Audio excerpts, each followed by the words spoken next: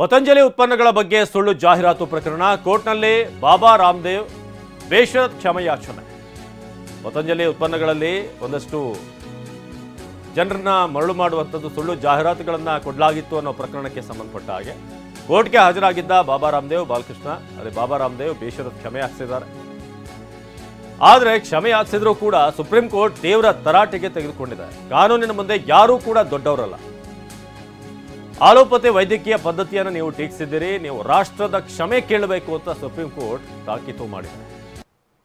ಎಲ್ಲ ಮೇರೆ ಆಲೋಪತಿ ವೈದ್ಯ ಪದ್ಧತಿಯನ್ನು ನೀವು ಟೀಕಿಸಿದ್ದೀರಿ, ಆ ಮೂಲಕ ಜನರನ್ನ ತಪ್ಪುದಾರಿಗೆಳೆಯುವಂಥ ಕೆಲಸ ನಿಮಗಾಗಿದೆ. ನಿಮ್ಮ ಉತ್ಪನ್ನಗಳು ಸೇಲ್ ಆಗಬೇಕು ಅಂತ ನೀವು ಜನರನ್ನ ತಪ್ಪುದಾರಿಗೆ ಎಳಿತಾ ಇದ್ದೀರಿ. ಅಲೋಪತಿ ವೈದ್ಯ ಪದ್ಧತಿಯನ್ನು ಟೀಕಿಸಿದ್ದೀರಿ, ಇದು ಸರಿಯಲ್ಲ ಅಂತ ನೀವು ಕ್ಷಮೆ ಕೇಳಬೇಕು ಅಂತ ಹೇಳಿದ್ದಾರೆ. ನೀವು ರಾಷ್ಟ್ರದ ಕ್ಷಮೆ ಕೇಳಬೇಕು ಅಂತ ಸುಪ್ರೀಂ ಕೋರ್ಟ್ ಹೇಳಿದೆ.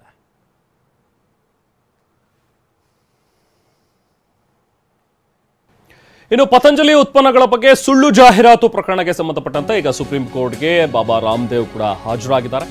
ಖುದ್ದು ಹಾಜರಾಗಬೇಕು ಅಂತ ಹೇಳಿ ಸುಪ್ರೀಂ ಕೋರ್ಟ್ ಸೂಚನೆಯನ್ನ ಕೊಟ್ಟಿತ್ತು. ಅದರಂತೆ ಸುಪ್ರೀಂ ಕೋರ್ಟ್ಗೆ ಈಗ ಬಾಬಾ ರಾಮದೇವ್ ಹಾಜರಾಗಿದ್ದಾರೆ. ಪತಂಜಲಿ ಪ್ರಾಡಕ್ಟ್ಗಳು ಕೆಲವೊಂದು ಸುಳ್ಳು ಜಾಹೀರಾತುಗಳನ್ನ ಪ್ರಸಾರ ಮಾಡ್ತಾ ಇದೆ. ಇವೆಲ್ಲವೂ ಕೂಡ ಕೆಲವೊಂದು ಕಾಯಿಲೆಗಳನ್ನ ಗುಣಪಡಿಸುತ್ತೆ, ಕೆಲವೊಂದು ಸಮಸ್ಯೆಗಳನ್ನ ಗುಣಪಡಿಸುತ್ತೆ ಅನ್ನುವಂಥದ್ರ ಬಗ್ಗೆ ಸುಳ್ಳು ಜಾಹೀರಾತನ್ನು ನೀಡ್ತಾ ಇದ್ದಾರೆ ಅನ್ನುವಂಥದ್ದು ಇರುವಂತಹ ಆರೋಪ. ಆಚಾರ್ಯ ಬಾಲಕೃಷ್ಣ ಅವರು ಕೂಡ ಹಾಜರಾಗಬೇಕು ಅನ್ನುವಂಥದ್ರ ಬಗ್ಗೆ ಸೂಚನೆಯನ್ನ ನೀಡಲಾಗಿತ್ತು. ಸೊ ತಕ್ಷಣಕ್ಕೆ ಈ ಪತಂಜಲಿ ಉತ್ಪನ್ನಗಳ ಒಂದು ಸುಳ್ಳು ಜಾಹೀರಾತುಗಳೇನಿದೆಯಲ್ಲ ಅದನ್ನು ನಿಲ್ಲಿಸಬೇಕು. ಅಕಸ್ಮಾತ್ ಇಲ್ಲ ಅಂತ ಹೇಳಿದ್ರೆ ಆಗ ಪ್ರತಿಯೊಂದು ಪ್ರಾಡಕ್ಟ್ ಮೇಲೂ ಕೂಡ ಸುಮಾರು 1 ಕೋಟಿ ರೂಪಾಯಿಯಷ್ಟು ದಂಡ ಹಾಕಬೇಕಾಗತ್ತೆ ಅನ್ನುವಂಥದ್ರ ಬಗ್ಗೆನೂ ಕೂಡ ಖಡಕ್ ಆಗಿ ಸೂಚನೆಯನ್ನ ಕೊಟ್ಟಿದೆ ಸುಪ್ರೀಂ ಕೋರ್ಟ್.